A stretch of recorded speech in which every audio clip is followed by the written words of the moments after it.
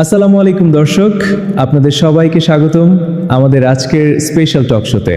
আজকের পর্বটা একটু আলাদা, কারণ আজ আমরা কথা বলবো ভালোবাসা, অনুভূতি, ব্যথা আর বাস্তবতার গল্প নিয়ে।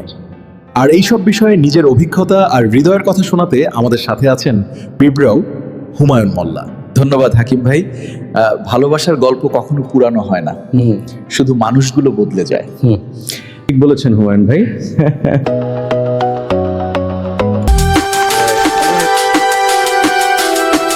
আপনার কাছে ভালোবাসা কি? ভালোবাসা মানে শুধু আমি তোমাকে ভালোবাসি বলা না। ভালোবাসা মানে কারো জন্য নিজের ইগোটা মাটিতে রেখে দেওয়া। ভালোবাসা মানে মাঝরাও ঝগড়ার পরেও সেই মানুষটার খোঁজ নেওয়া।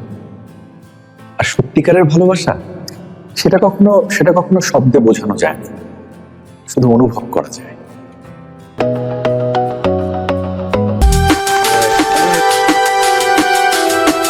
ভালোবাসার সবচেয়ে সুন্দর মুহূর্ত কোনটা বলে মনে হয়? যখন কেউ বলে তুমি থাকলেই আমি ভালো থাকি।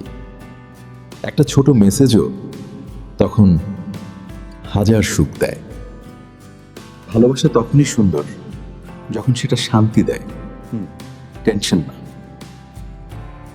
দেখেন,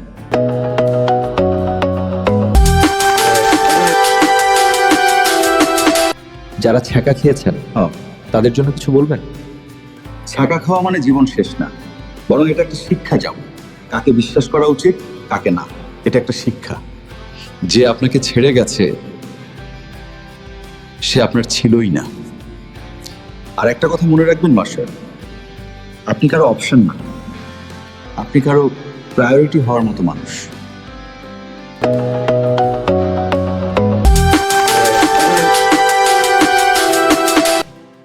বিরহের কষ্টটা কেমন?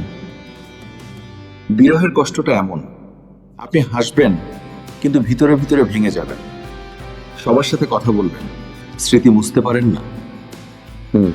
যার সাথে কথা বলতে চান সে থাকবে না,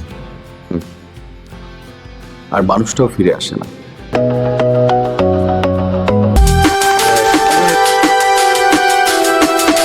সত্যিকারের ভালোবাসা কি টিকে থাকে? হ্যাঁ, টিকে থাকে, কিন্তু মানুষটা টিকে থাকতে চায় কিনা সেটাই আসল কথা। ভালোবাসা কখনো হারায় না, হারায় মানুষ, হারায় বিশ্বাস।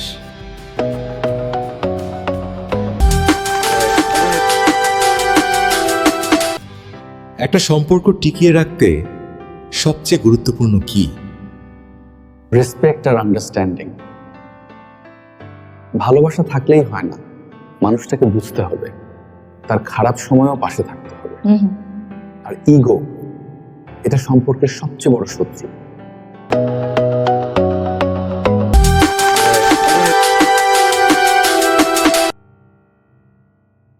শেষে দর্শকদের জন্য কিছু বলবেন? ভালোবাসুন, কিন্তু নিজেকে হারিয়ে না। হ্যাঁ, কারো জন্য এতটা ভেঙে পড়বেন না, আউনি না, যাতে নিজেকে আর চিনতে না পারেন। কারণ দিনের শেষে আপনিই আপনার সবচেয়ে বড় শক্তি।